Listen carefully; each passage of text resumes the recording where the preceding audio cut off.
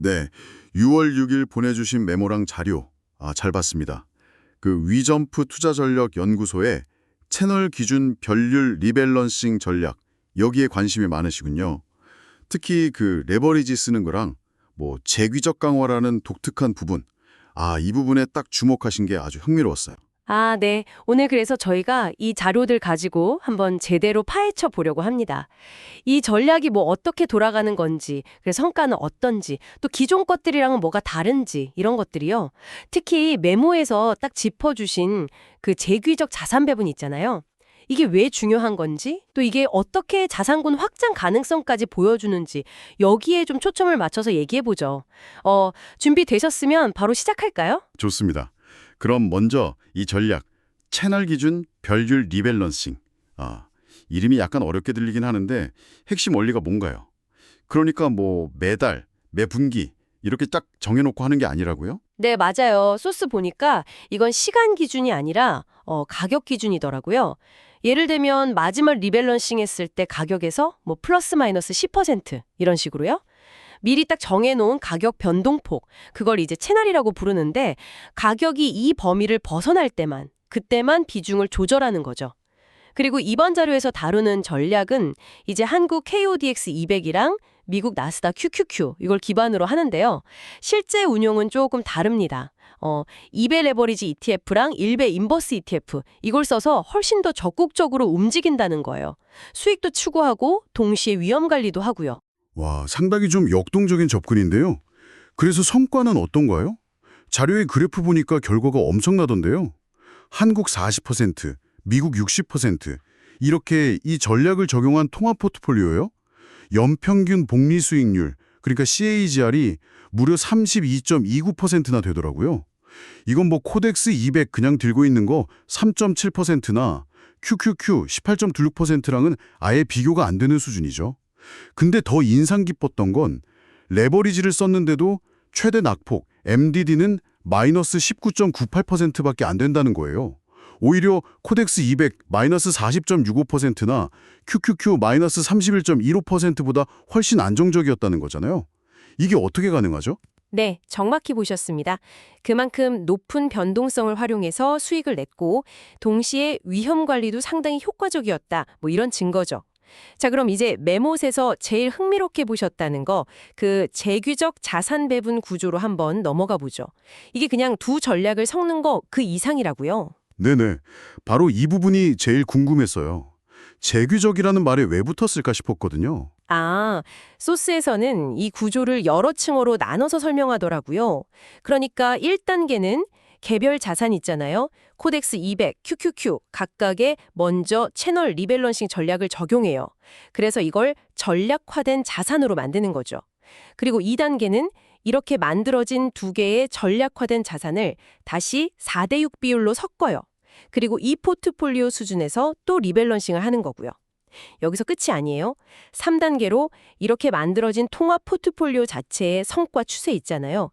그 추세에다가 다시 한번 채널 리밸런싱 규칙을 적용하는 겁니다. 말 그대로 자기 자신에게 규칙을 다시 적용한다. 그래서 재규적이라고 부르는 거죠. 메타 전략이라고 할 수도 있겠네요. 아하. 그러니까 전략 자체가 잘 가고 있는지 못 가고 있는지 그 흐름을 보고 또 다른 판단을 내린다 이런 거군요. 그럼 메모에서처럼 만약에 한국이랑 미국 하위 전략 둘 다 성과도 안 좋고 지수도 떨어지고 뭐 이럴 때 있잖아요. 그럴 때 상위 레벨에서 판단해서 BIX 같은 걸 편입한다든지 이런 식의 활용도 가능하겠네요. 바로 그겁니다.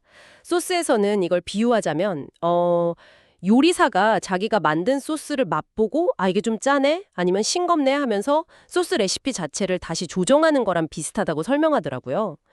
전략 성과의 패턴 자체를 또 하나의 관리 대상으로 삼는 거죠. 와, 재밌네요. 그럼 기존에 우리가 알던 복잡한 금융공학 모델들하고 비교하면 어떤가요? 뭐 마코이치니, 리스크페리티니 하는 것들요. 소스에서는 이런 모델들이 실제 시장에서는 좀 어려움을 겪기도 한다 이렇게 지적하던데 이 전략은 오히려 단순해서 더 강하다 이런 건가요? 그렇습니다. 네, 소스는 이 전략의 단순함이 오히려 장점이라고 강조해요. 왜냐하면 과최적화 위험, 그러니까 과거 데이터에만 너무 딱 맞춰져서 미래에는 잘 안 통하는 그런 위험 있잖아요. 그런 위험을 줄여주고 또 실제로 운용하기가 쉽다는 거죠. 복잡한 예측보다는 시장의 어떤 큰 움직임, 중요한 변화에만 반응하니까 더 강건한, 뭐랄까 튼튼한 성과를 낼 수 있다. 이런 이야기입니다. 그리고 바로 이 단순함 때문에 아까 말씀드린 그 재귀적 활용, 그러니까 전략 위에 또 다른 전략을 쌓는 이런 다층 구조 설계가 가능해지는 거고요. 그리고 또 하나, 개별 전략 단계에서 이미 동적인 위험 관리가 들어가 있어요. 시장이 좀 안 좋다, 하락한다 싶으면 위험 자산 비중을 줄이는 거죠. 소스에서는 이걸 현금 보유가 최고의 해지였다, 이렇게 표현하기도 하더라고요. 네, 이런 기본 구조 위에다가 뭐 채권이라든지 다른 자산을 추가하거나 아니면 뭐 다른 나라 지수, 유럽이나 일본 같은 걸로 확장하는 것도 쉽다고 하니까요. 정말 단순하지만 굉장히 유연하고 확장성이 뛰어난 프레임워크다. 이렇게 볼 수 있겠습니다. 이전 보고서들에서 언급했던 그 자산군 확장 가능성, 이걸 구체적으로 딱 보여주는 사례인 셈이죠. 네. 오늘 이렇게 쭉 살펴본 채널 기준 변율 리밸런싱 전략. 레버리지랑 인버스를 써서 아주 적극적으로 수익을 내면서도 또 재귀적 구조라는 그 독특한 아이디어를 통해서 위험 관리랑 확장성까지 생각한 정말 흥미로운 접근법 같습니다. 어떻게 보면 간단한 규칙 하나인데 이게 이렇게 여러 층으로 발전할 수 있다는 게 참 놀랍네요. 네, 마지막으로 저희가 한번 같이 생각해 볼 만한 질문을 던져드리고 싶습니다. 이렇게 하나의 규칙이나 전략을 그 결과물에 다시 적용하는 방식, 이런 죄귀적 사고방식 있잖아요. 이게 꼭 금융시장 얘기가 아니더라도 우리가 일상에서 만나는 다른 복잡한 문제들을 푸는 데에도 어떤 실마리를 줄 수 있지 않을까 하는 점입니다. 그리고 또 하나는 자산을 여러 개로 나누는 분산 투자만큼이나 이렇게 언제 사고 팔지, 즉 시점 선택 타이밍을 통해서 위험을 관리하려는 전략이 실제로 유효하다면 우리가 전통적으로 알고 있던 분산 투자의 의미는 앞으로 좀 어떻게 달라질 수 있을까 하는 점도 한번 곱씹어 보시면 좋겠습니다.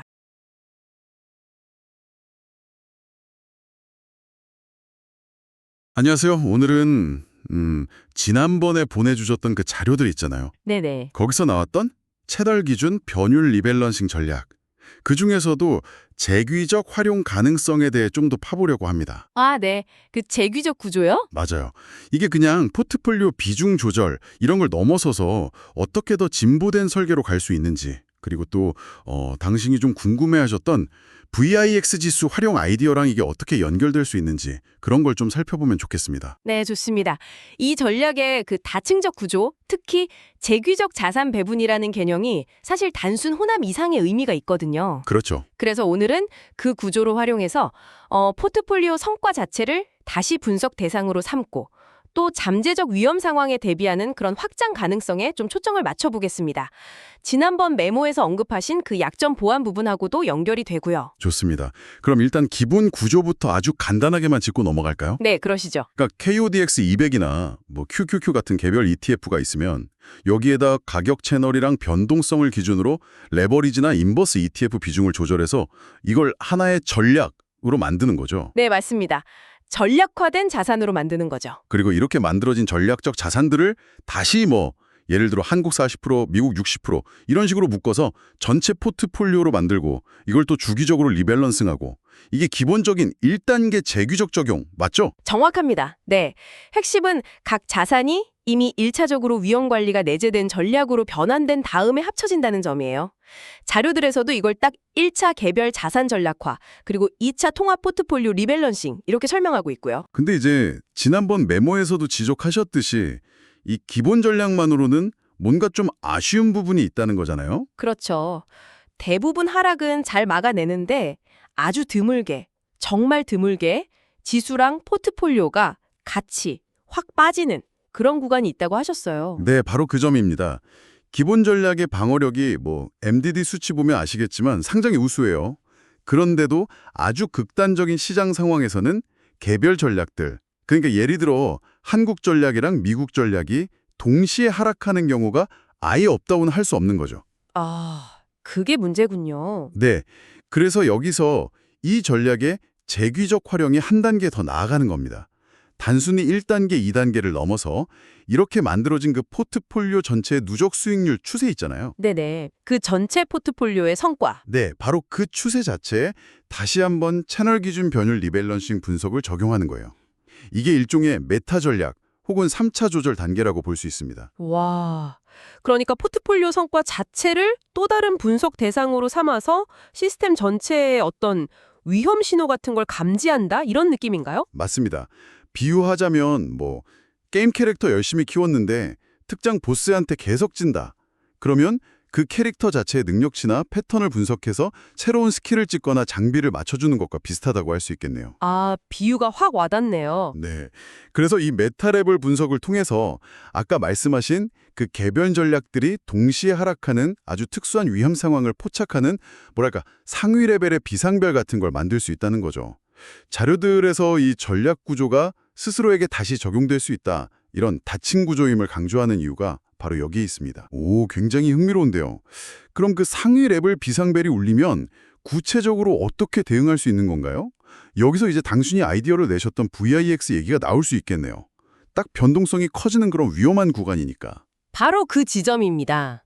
이 메타 전략 수준에서 뭔가 이상하다는 신호가 잡히면 그때 추가적인 조치를 고려해 볼 수 있는 근거가 생기는 거죠. 네. 자료들을 자세히 보면 이 전략이 단순히 주식이나 인버스 ETF만 쓰는 게 아니라 채권이라든지 다른 자산을 추가하거나 아니면 선물 같은 파생 상품을 활용할 수도 있게끔 확장 가능하다. 이렇게 명시되어 있거든요. 아, 확장성이 열려 있군요. 네. 따라서 당신이 생각하신 그 VIX 지수 관련 상품을 편입하는 건 바로 이런 추가적인 해지 수단 또는 상황에 따른 유연한 대응의 아주 구체적인 예시가 될 수 있는 거죠. 특히 그 메모에서 지적하신 지수랑 포트폴리오가 같이 하락하는 구간은 보통 변동성이 확 커지는 경향이 있잖아요. 그렇죠. 네. 그러니까 VIX 편입이 상당히 논리적인 대응책이 될 수 있다는 겁니다. 듣고 보니 그렇네요. 그리고 VIX를 쓰는 게 그냥 방향성 찍어서 파생상품 베팅하는 것보다는 좀 더 안정적일 수도 있겠다는 생각도 들고요. 위험 신호 강도에 따라서 해지 비중을 조절하는 방식이니까요. 정확합니다. 네. 메타 레벨에서 포트폴리오 자체의 누적 수익률이 채널 어디쯤에 있는지, 추세 기울기는 어떤지 이런 걸 판단해서 그걸 바탕으로 VIX 같은 변동성 상품의 편입 비중을 조절한다면 단순히 하락을 방어하는 걸 넘어서 어쩌면 그걸 수익 기회로 만들 수도 있겠죠? 와. 이게 바로 자료에서 말하는 훨씬 진보한 접근 방식의 구체적인 모습 중 하나가 될 수 있는 겁니다. 단순히 정해진 규칙만 따르는 게 아니라 시스템 스스로가 자신의 상태를 진단하고 대응 전략을 계속 발전시켜 나가는 거죠. 결국 이 전략의 재기적 구조라는 건 겉으로 보기엔 단순한 규칙 같아도 그 안에 상당히 정교한 자가 진단 시스템 그리고 또 진화 메커니즘을 품고 있다. 이렇게 정리할 수 있겠네요. 네, 맞습니다. 개별 자산을 전략화하고 이걸 묶어서 포트폴리오를 만들고 다시 그 포트폴리오 전체의 성과를 분석해서 상위 레벨에서 조절하는 이 다층 구조, 이게 핵심이에요. 정해진 규칙만 기계적으로 반복하는 게 아니라 시스템 전체의 어떤 건강 상태를 계속 체크하면서 유연하게 대응할 수 있는 틀을 제공한다는 거죠. 네, 오늘 채널 기준 변율 리밸런싱 전략의 재규적 구조가 단순히 초기 설계를 넘어서 어떻게 특정 약점을 보완하고 또 VIX 편입 같은 진보된 위험 관리 방식으로 확장될 수 있는지 아주 깊이 있게 살펴본 것 같습니다. 핵심은 이 전략이 스스로의 성과를 계속 모니터링하고 필요할 때는 외부 요소를 통합해서 진화할 수 있는 유연성이 있다는 거였네요. 그렇습니다. 이처럼 전략 그 자체를 다시 분석 대상으로 삼는다는 아이디어, 이게 참 여러 가지 생각해 볼 거리를 던져주는 것 같아요. 그래서 마지막으로 이런 질문을 한번 던져보고 싶네요. 이 다층적인 구조 위에 만약 당신이라면 VIX 외에 또 어떤 종류의 정보, 예를 들면 특정 매크로 지표라든지 다른 종류의 위험 지표 같은 거요. 아니면 또 다른 자산을 결합해서 이 시스템을 당신의 투자 목표에 맞게 더욱 정교하게 만들어 볼 수 있을까요? 다음 탐구를 위한 아주 흥미로운 시작점이 될 것 같습니다.